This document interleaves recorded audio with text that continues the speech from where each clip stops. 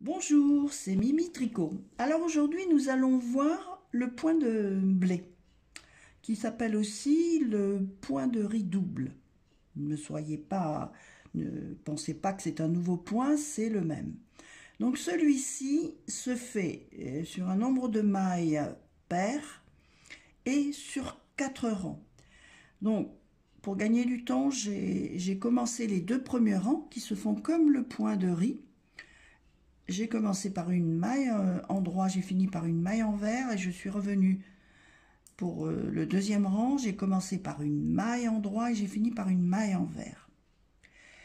Et là, les 2 prochains rangs, je vais les faire en commençant par une maille envers. Une chose qu'il ne faut pas oublier, pour que le point de blé ait un bon relief, il faut serrer un peu plus. Si vous avez comme moi tendance à tricoter lâche, ici vous tendez un peu plus votre fil. Une maille en droit,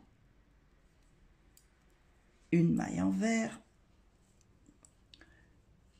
une maille en droit, une maille envers, une maille en droit, une maille envers, une maille en droit, une maille envers, une maille en droit, une maille envers, une maille en droit, une maille envers, une maille en droit. Donc je vais recommencer de la même façon par une maille envers. Si vous êtes perdu, comme ça se fait sur 4 rangs, vous ne savez plus où vous en êtes. Vous avez un repère, c'est le fil du début. Si vous êtes perdu ici, vous savez que vous n'avez pas fait vos 2 rangs identiques. Si vous arrivez ici, vous pouvez être tranquille, vous avez fait vos 2 rangs. Vous recommencez, si vous avez fini sur une maille envers, vous commencez par une maille envers. Et ainsi de suite. Voilà ce que ça donne une fois fini.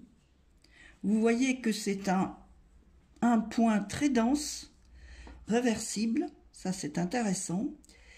Et moi, je le trouve idéal pour faire un pull homme. Je ne sais pas pourquoi. Il me semble que c'est un point qui s'adapte bien au pull homme.